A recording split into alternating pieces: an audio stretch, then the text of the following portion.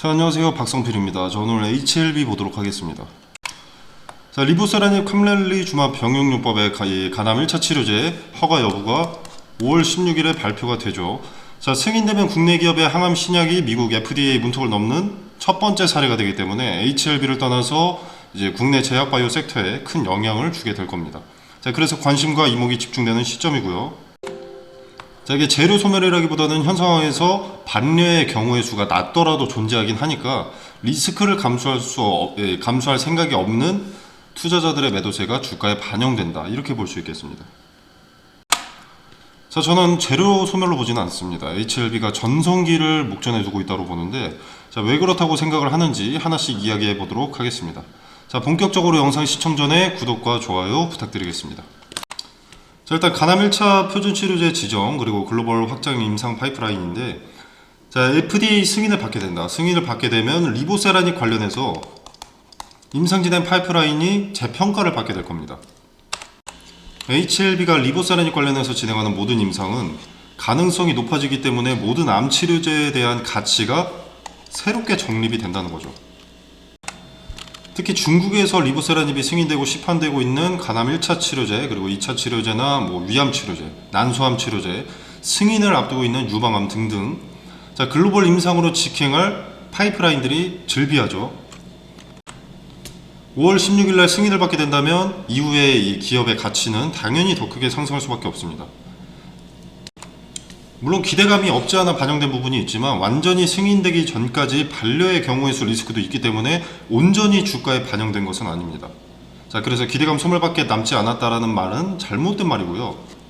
그리고 승인 이후 리보세라닙 관련 파이프라인들의 가치가 새롭게 정립된다고 말씀을 드렸었는데, 여기에 대한 가치는 합산된 게 아니죠. 그래서 재료 소멸로 보기에는 좀 어폐가 있지 않나 생각을 해봅니다. 자, 그리고 아시다시피 제약바이오는 매출이 나기 전까지 손해밖에 없습니다. 자, R&D라고 하죠. 연구개발 비용이 먼저 소모되고 긍정적인 연구 성과가 나오게 되면 이후에는 이제 시판을 통해서 이게 매출로 직결이 되는 거죠. 그래서 큰 규모의 유상증자도 수차례 진행이 됐던 거고요. 자, 이런 유상증자는 주가에 악영향을 주지만 이미 연구개발 비용은 충당했습니다. 남은 것은 성과를 기다리는 것이죠. 성과를 기다리고 시판을 기다리는 것이죠.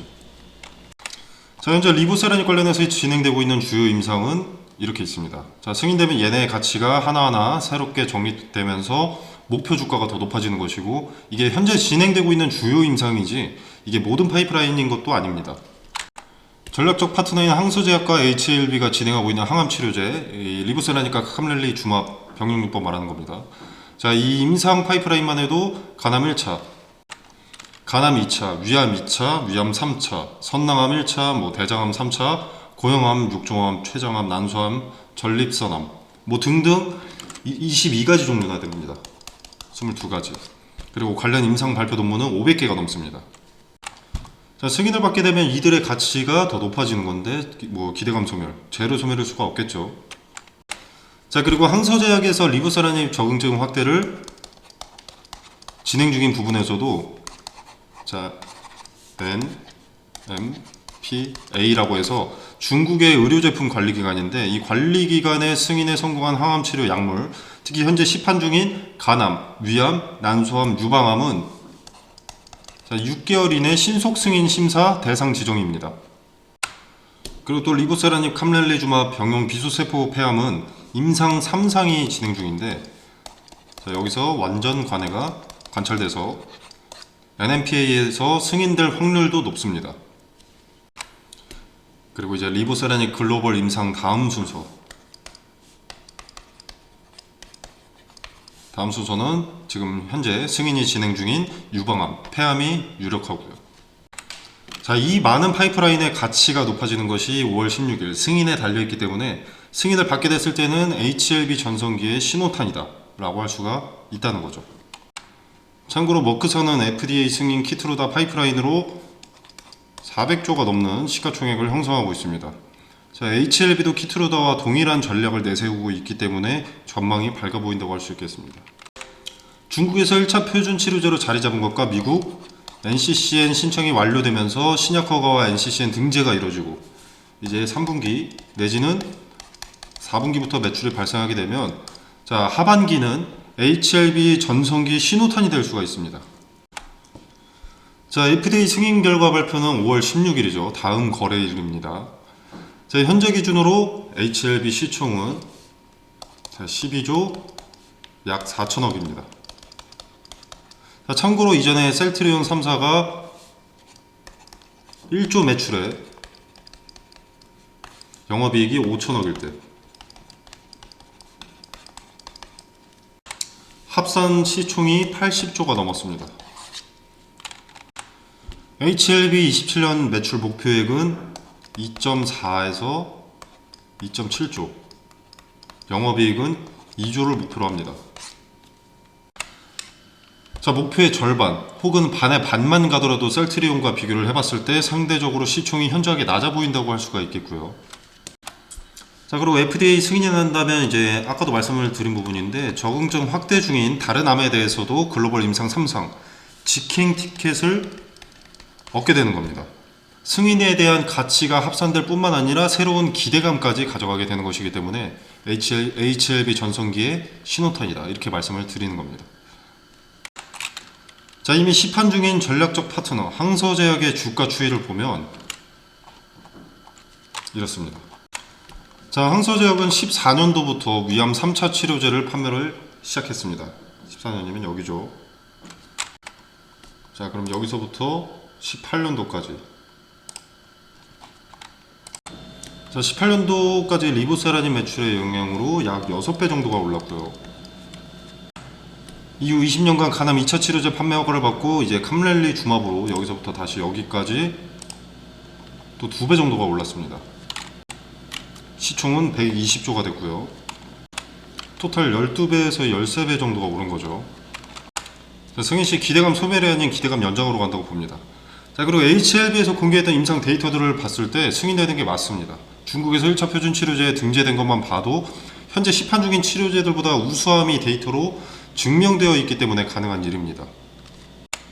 자, 리부사라닌 캄렐리주마브의 병용요법은 환자 생존기간 22.1개월을 달성을 했는데 간암 치료제 중에서 처음으로 20개월을 돌파를 한 것이고, 이제 이달 말인 5월 31일부터 6월 4일까지 미국 임상종양학회에서 글로벌 임상 3상 참여 환자의 최종 생존기간을 추적 분석한 결과를 발표하게 됩니다. 자, 이것도 여태까지의 데이터로 봤을 때 유의미한 데이터, 기존의 데이터를 능가하는 결과가 나올 것으로 예측이 되고 있습니다. 업계에서. 자, 그리고 이 코스피 이전 신청 이슈도 있죠. FDA 승인 허가 이후 코스피 이전 상장을 추진하겠다라고 밝힌 바 있는데, 자, 오는 8월에서 9월 코스피 이전 상장을 목표로 두고 있다라고 밝혔습니다. 당연히 5월 16일 승인이 우선순위겠지만 승인 이후에 코스피 이전 상장을 하게 된다면 이제 코스피 200 특례 편입이 가능하다면 향후 자금이 더 쏠리면서 몸값이 커질 수가 있고 시총이 커질 수가 있고, 패시브 자금이 있죠. 패시브 자금 유입으로 이제 주가 상승의 길이 열리게 됩니다. 자, 패시브 자금은 이 지수를 추종하는 펀드나 ETF들은 의무적으로 편입된 종목을 일정 비율만큼 매수를 해야 되는 자금이기 때문에 코스피 이전 상장도 기대해 볼 만하다고 봅니다. 자, 이것도 마찬가지로 국내 제약바이오 사례로는 셀트리온이 있습니다. 자, 그리고 사회이사 선임으로 금감원 출신의 설인배와 전 골드만삭스 홍콩 IB 투자금융본부 전무를 사회이사로 선임을 했습니다. 자, HLB가 코스피 이전 상장을 앞두고 차질 없이 계획을 진행하기 위해서 대관 네트워크를 강화하고 있는 것으로 해석되기도 합니다. 그리고 작년에 정기주총에서 선임된 박연아 사회이사도 금감원 출신 인물이고요. 이사진뿐만 아니라 내부 임직원들도 한국거래소 등 금융관료 출신 인사로 채우고 있는 것도 코스피 이전 상장을 염두에 둔 것이 아니었나 생각을 해봅니다. 자, 그리고 이제 5월 16일 승인이 났을 때 정식 론칭일은 HLB에서 9월 3일로 발표를 했지만 동시에 8월 중순으로 당길 수 있도록 노력을 하겠다라고 했습니다. 정식 론칭일을 거론한 것과 그리고 8월 중순으로 당기겠다는 다소 구체적인 시기를 언급한 부분에서 또 한 번 기대감을 먹을 수 있는 이벤트가 준비되었다고 판단을 하고요. 그리고 이제 코스피 이전 재료까지 더해지면 HLB의 몸값이 꽤나 무거워질 것으로 봅니다. 자, 참고로 리보세라닙의 이 원가율은 매출의 1%밖에 되지 않는다고 합니다. 그러니까 시판되면 돈을 끌어모으는 것이 기정사실이라는 거죠. 여기에 대해서 HLB는 직판을 선택했습니다. 직접 판매. 직접 판매하면 결국 수익성이 더 증가하는 거죠. 쉽게 말해서 이 타사의 외주를 안 맡긴다는 거니까. 자, 물론 직판에는 부정적인 의견들도 존재를 합니다. 보수적인 의료업계에 목숨과 직결된 암치료제를 유통이나 영업 인프라 없이 직판한다는 것에 대한 불안감이 있고, 간암 환자가 많은 중국 및 아시아판권을 항서제약이 갖고 있기 때문인데, 자, 전 세계적으로 암 환자는 35년도까지 기존보다 70%가 늘어난다고 예측되고 있습니다.